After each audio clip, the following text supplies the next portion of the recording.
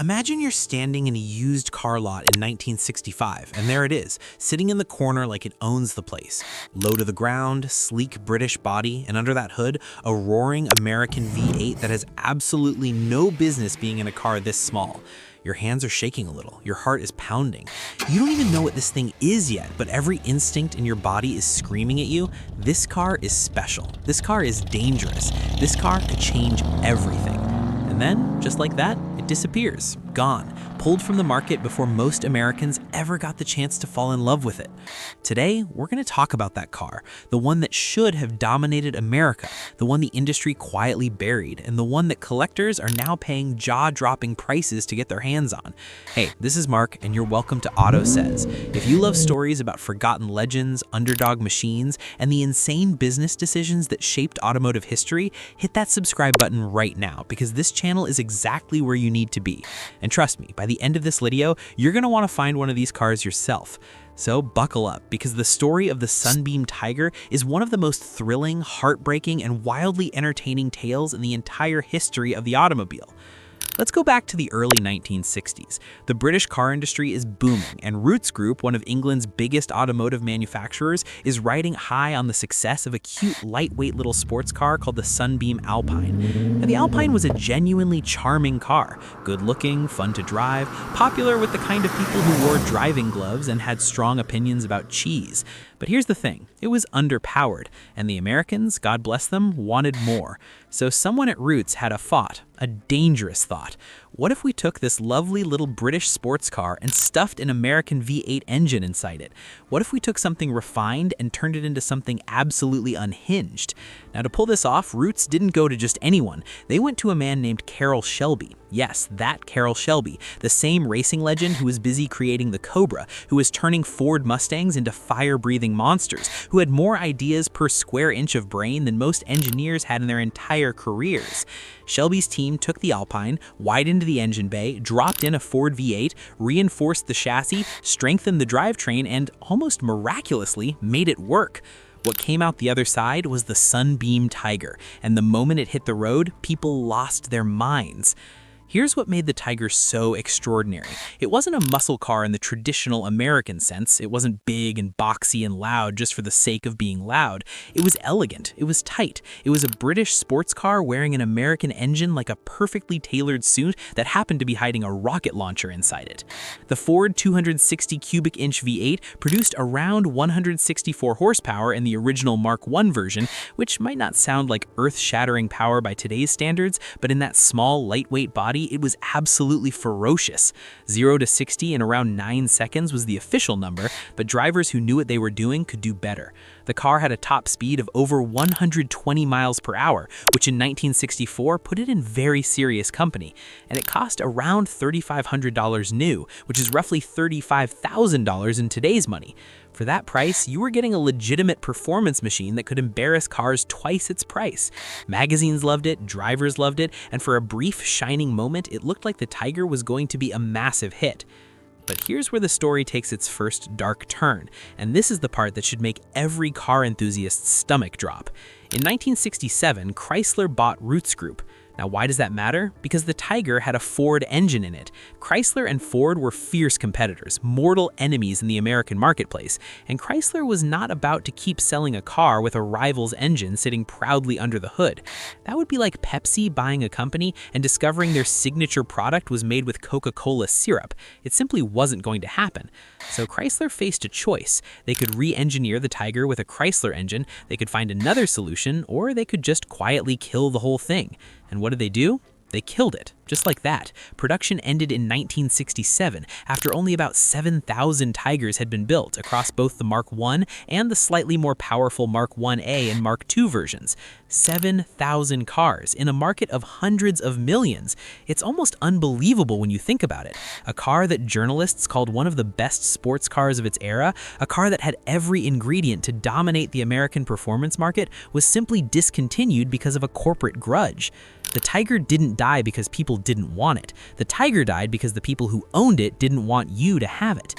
Now let's talk money, because this is where the story gets genuinely jaw-dropping.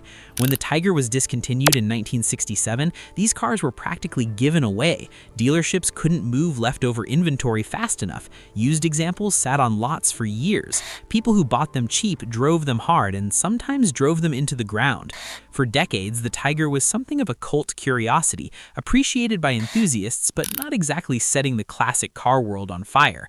But then something shifted. The classic car market started waking up to what it had ignored. Auction houses started paying attention, magazines started writing retrospectives, and collectors, smart, patient, financially savvy collectors, started buying every clean Tiger they could find. And the numbers that followed have been staggering. A well-documented numbers-matching Sunbeam Tiger Mark I in excellent condition that you might have bought for $5,000 in the 1990s is today worth somewhere between $40,000 and $80,000. Rarer Mark II examples, there were only about 571 of those ever made, have crossed six figures at auction. Let that sink in. A car that Chrysler abandoned like an embarrassing ex is now selling for six figures. The people who quietly bought Tigers when nobody was looking are now sitting on investments that have outperformed the stock market, outperformed real estate in many cases, and certainly outperformed whatever Chrysler stock was doing in 1967. This is the hidden economics of the forgotten car. When the mainstream ignores something, the smart money moves in quietly, and the Sunbeam Tiger is one of the most compelling examples of that principle in automotive history. But let's not just talk about the money, because the Tiger's legacy goes so much deeper than just auction results. Let's talk about what this car represented and what its disappearance cost the industry. Think about the landscape of American performance cars in the mid-1960s.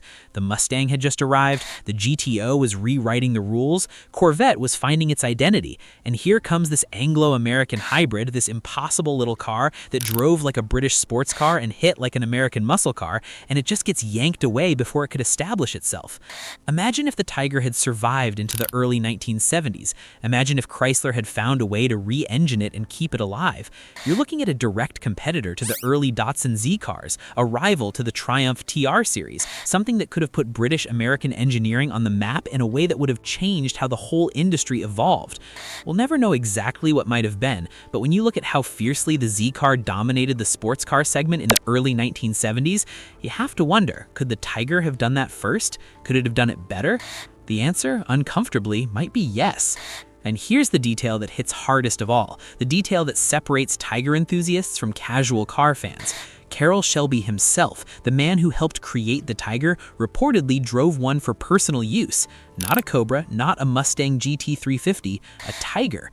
When the man whose name is synonymous with American performance horsepower chooses a car for his own enjoyment, that tells you everything you need to know. That's not a marketing story, that's not a press release. That's a man who built some of the greatest performance cars in history, saying quietly, with his actions, this one was something special.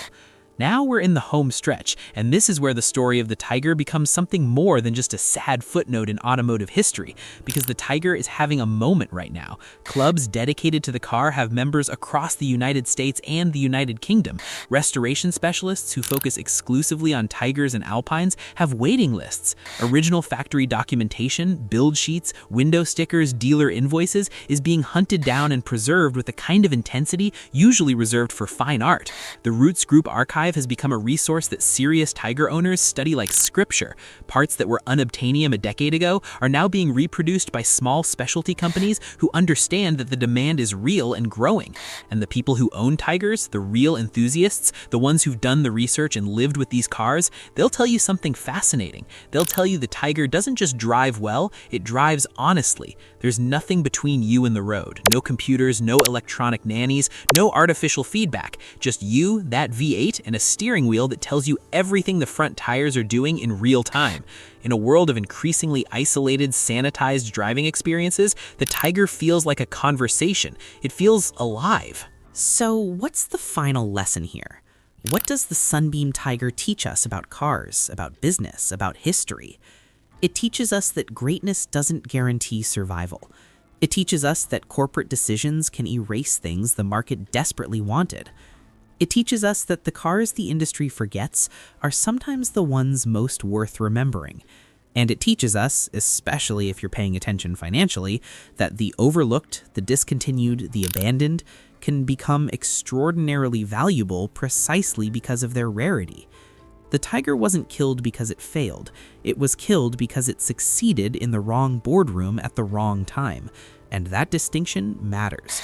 Because the tiger didn't go quietly. It went unwillingly. And it left behind 7,000 survivors that are now being treated like the royalty they always deserved to be.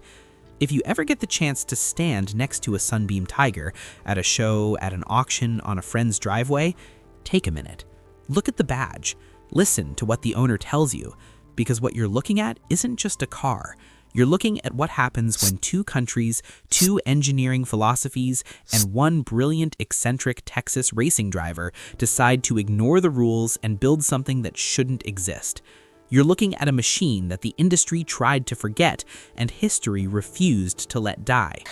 The Sunbeam Tiger, the forgotten British muscle car that should have dominated America. It almost did, and in the hearts of the people who know it, it still does. If this story hit different for you, drop a comment below and tell us what forgotten car do you think history got wrong. We read every single one. And if you haven't subscribed yet, now's the time, because we've got more stories like this one coming your way every single week. This is Mark, this is AUTOSAYS, and we'll see you in the next one.